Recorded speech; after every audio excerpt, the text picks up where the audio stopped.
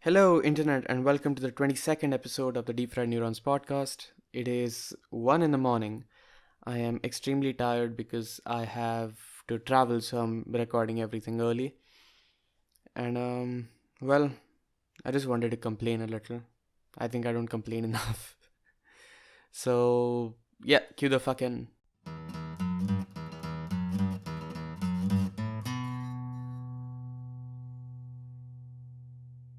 You guys have read the title, you know what this is about. But, I should clear it up. I don't have a BA in mythology. All I know about this is from growing up in a Hindu household, in the care of my mother and my grandmother, who would tell me these stories all the time, and a little bit of research that I've done on offline, which is completely informal. And I'm telling it to you as a story, not as a mythology lesson. And I encourage you to look it up, understand various interpretations of Hinduism and how it functions and what it all really means and what the really point of the religion is, because it's quite vast. We got 33 million gods. Okay, that's a lot of ground to cover. Scripture wise at least. But there is a certain timeline that Hinduism shows the world to have, and a certain way the universe has created according to it. So of course, at first there was nothingness, and at the bottom of nothingness was Vishnu, one of the three important gods in Hindu mythology. And Vishnu is sitting there, or laying there, in the care of his seven-headed serpent, and he's just existing. While from his navel, a plant shoots up into the lake of nothingness, and when it reaches the top, a lotus blossoms with Brahma, the creator, second important god in the trinity, is born. Now, Brahma creates the universe from his own molecules, and hence it's called Brahman. Every molecule in Brahman has Brahma in it. They're inseparable. And inside this Brahman is the destroyer, Shiva.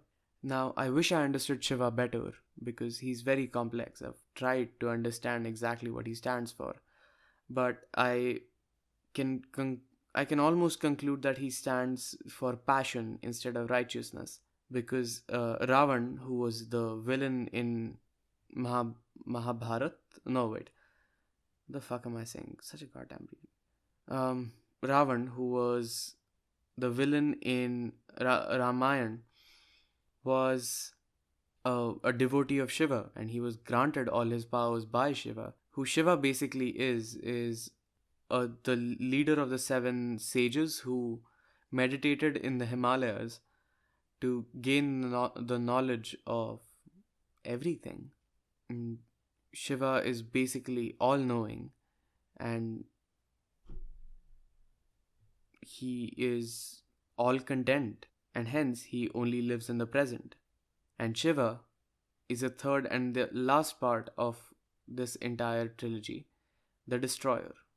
So that gives you Brahma the creator, Vishnu the maintainer, and Shiva the destroyer. Now, Brahma just creates and he leaves. Brahma has no part in anything else that happens inside the universe. He's indifferent to it. Shiva, on the other hand, is curious. He's passionate. So he is the god of all performance arts. If you've ever seen the Natraj, from the Hindu culture, that's Shiva. Shiva is a Natraj. Nat as in the actor or the act of dancing, depending on which language you're translating it directly from, and Raj as in what do you say? The king or the best or whatever. He also plays the Damru. He's got a Trishul. Overall, very passionate man, super passionate man. And lived all his life, is living all his life with passion. Another symbolism of Shiva which I found very interesting is the Shivling, which you're not supposed to go completely around. The Shivling basically, as it translates directly from the language, Shiv as in Shiva and Ling as in genitals. So a lot of Hindu culture in general is surrounded by worshipping the genitals of Shiva, because his passion is what impregnates earth with humanity, is one of the metaphors I've derived. But there's a lot of interpretations of why it's worshipped and how. But he's definitely the god of sexual desire and sexual prowess as well. Um, and his passion would also define why he smokes so much marijuana. So there's the interferer, the most important god that most people must have come across, Vishnu. Vishnu is the maintainer. Vishnu's job is to maintain balance in the universe throughout its timeline. If you ever heard of the Dashavatar, Krishna, Ram, all of them are versions of Vishnu interfering in human or cosmic conflict in order to maintain the balance of the universe, so that the universe progresses in its natural course. It starts at zero and it ends at zero and it begins with zero. And there's 5 yugs, and at the end of the fifth yug, uh, the anger of Shiva will relentlessly fall on all mortal beings, and the entire universe will finally end. And the cycle of birth and rebirth will start again from Vishnu's navel. And that's almost it in a nutshell about how the universe was created and will be destroyed. And why it will be destroyed is open to interpretation again, because in Hinduism, you don't have a canon.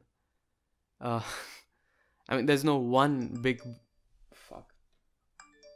I mean, there is no one big book that you're supposed to follow. Some would say the Bhagavad Gita, but I disagree. I mean, there's so much lore that is taken from the Vedas, there's so much shit that's taken from Mahabharata and Ramayana, that Hinduism at this point doesn't have a canon, not one canon at least. So every part of the country has a different way of practicing Hinduism, and technically all of them are correct. Because I believe that Hinduism was never supposed to be a religion, it was supposed to be a school of understanding of the universe.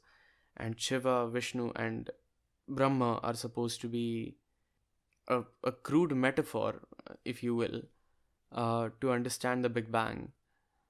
Um, but of course, I mean, could be completely incorrect and I could be a moron. Well, it's just very interesting to me to talk about a religion that I rarely practice, but it interests me quite a lot. And if you've ever heard of karma, the principle of karma is basically Newtonian. As you sow, so you reap. And Vishnu's a part of that. The maintenance of the universe is his responsibility, and hence he makes sure that karma uh, occurs for all of us. That you get what you did in order to maintain the good and the bad in the universe. And based on the 5 yugs, if we balance the universe properly, it will live up to its optimum life, and then it will collapse and universe will end and it will start again, and this cycle goes on forever. I think I repeated myself. But yeah, that's about all I know about creation of the universe by Hindu mythology.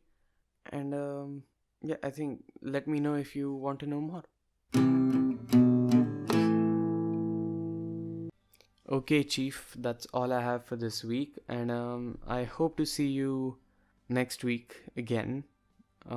Hopefully, with a story that's a little more coherent. I'm sorry, I'm really sleepy. Yeah, consider subscribing, consider supporting us on Patreon. Thank you. Bye.